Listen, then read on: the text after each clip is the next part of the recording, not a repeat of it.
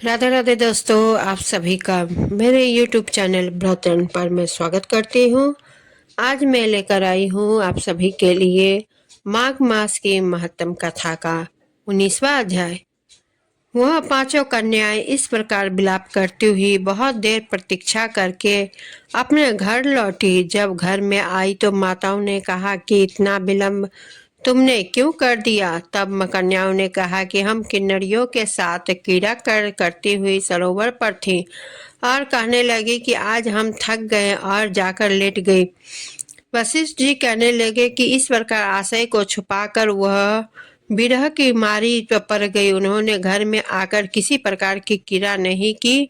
वह रात्रि उनको एक युग के समान बीती। सूर्य नारायण के उदय होते ही वह अपने आप को जीवित मानती हुई माताओं की आज्ञा लेकर गौरी पूजन करने वह कन्याएं वहां पर जाने लगी। उसी समय ब्राह्मण की स्नान करने के लिए सरोवर पर आया। उसके आने पर कन्याओं ने वाह वाह किया, जैसे कमलिनी प्रातःकाल सूर्योदय को देखकर कहती है। उसको देखकर उनके नेत्र खुल गए और उस ब्रह्मचारी के पास चली गई। आपस में एक दूसरे का हाथ पकड़कर चारों तरफ से उसको घेर लिया और कहने लगी कि मूर्ख, उस दिन तू भाग गया था लेकिन आज नहीं भाग सकता। हम लोगों ने तुमको घेर लिया है। ऐसे वचन सुनकर बाहुपास में बंधे हुए ब्राह्मण ने मुस्कुराकर कहा, तुमने जो कुछ कहा सो ठीक है ही है, परंतु मैं तो अभी विद्या अभ्यास और ब्रह्मचारी हूँ। गुरुकुल में मेरा विद्या अभ्यास पूरा नहीं हुआ है।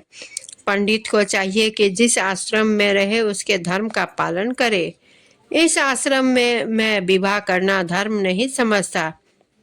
अपने व्रत का पालन करके और गुरु की आज्ञा पाकर ही विवाह कर सकता हूँ, उससे पहले नहीं कर सकता। यह बात सुनकर वह कन्याएं इस प्रकार बोली जैसे बैसाख मास में कोयल बोलती है। वह कहने लगी कि धर्म से अर्थ और अर्थ से काम और काम से धर्म के फल का प्रकाश होता है।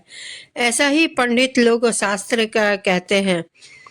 हम काम सहित धर्म की अधिकता से आपके पास आई हैं, सो आप पृथ्वी के सब भोगों को भोगिए। उस ब्राह्मण ने कहा कि तुम्हारा वचन सत्य है, किंतु मैं अपने व्रत को समाप्त करके ही विवाह कर सकता हूँ, पहले नहीं कर सकता। तब वे कन्याएं कहने लगी कि तुम मूर्ख हो। अनोखी अशुद्धि ब्रह्म बुद्धि रसायन व सिद्धि, अच्छे कुल की सुंदर नाड़ियां तथा मंत्र जिस समय प्राप्त हो तभी ग्रहण कर लेना चाहिए। कार्य को टालना अच्छा नहीं होता। केवल भाग्य वाले पुरुष ही प्रेम से पूर्ण अच्छे कुल से उत्पन्न स्वयं का वर चाहने वाली कन्याओं को प्राप्त होते हैं। कहाँ हम अनोखी नारियां, कहाँ आप तपस्वी बालक। यह बेमेल का मेल मिलाने में विधाता की चतुराई ही है। इस कारण आप हम लोगों के साथ गंधर्व विवाह कर ले। इनके ऐसे वचन सुनकर उस धर्मात्मा ब्राह्मण ने कहा कि व्रती रहकर इस प्रकार इस समय विवाह नहीं करूंगा। मैं स्वयंवर की इच्छा नहीं करता।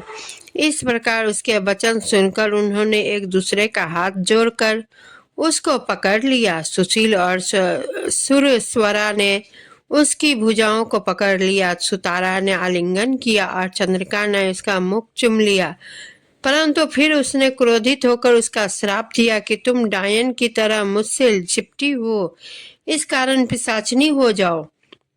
ऐसे श्राप देने पर वह उसको छोड़कर अलग खड़ी हो गई। उन्होंने कहा कि हम अपराधियों को वृथा क्यों श्राप दिया। तुम्हारी इस धर्म ज्ञाता पर धिक्कार है। प्रेम करने वाले से बुराई करने वाले का सुख दोनों लोकों में नष्ट हो जाता है, इसलिए तुम भी हम लोगों के साथ पिशाच हो जाओ। तब वे आपस के क्रोध से उस सरोवर पर पिशाच पिशाचनी हो गए और बस पिशाच पिशाचनी कठिन शब्दों से चिल्लाते हुए अपने कर्मों को भोगने लगे।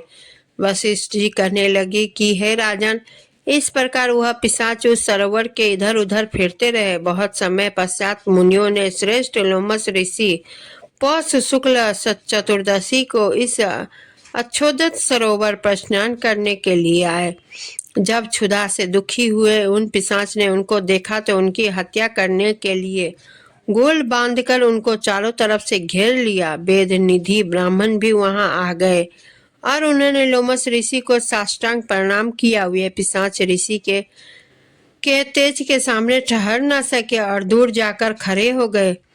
वेदनिधि हाथ जोड़कर लोमस ऋषि से कहने लगे कि भाग से ही ऋषियों के दर्शन होते हैं। फिर उन्होंने गंधर्व कन्या और अपने पुत्र का परिचय देकर सब वृतांत सुनाया और कहा कि हे मुनिवर, यह सब ही श्राप मोहित होकर आपके सम्मुख खड़े हैं। आज इन बालकों का निस्तार होगा, जैसे सूर्योदय से अंधेरा का नाश हो जाता है।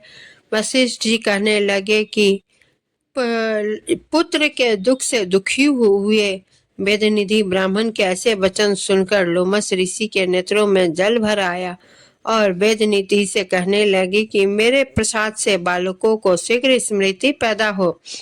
मैं उनका धर्म कहता हूँ, जिससे उनका आपस का ज्ञान विलीन हो जाएगा। तो दोस्तों, माघ मास के 19वां अध्याय यही समाप्त होता है। मैं आप सभी के लिए कल फिर 20वां अध्याय लेकर उपस्थित होंगी। इससे पहले कि मेरे वीडियो आप सभी को अच्छा लगे, कमेंट जरूर करें और वीडियो को लाइक शेयर करें। चैनल को सब्सक्राइब करना ना भूलें, बेल आइकन को क्लिक जरूर करें। इसी के साथ मैं विदा लेती हूँ। धन्यवाद।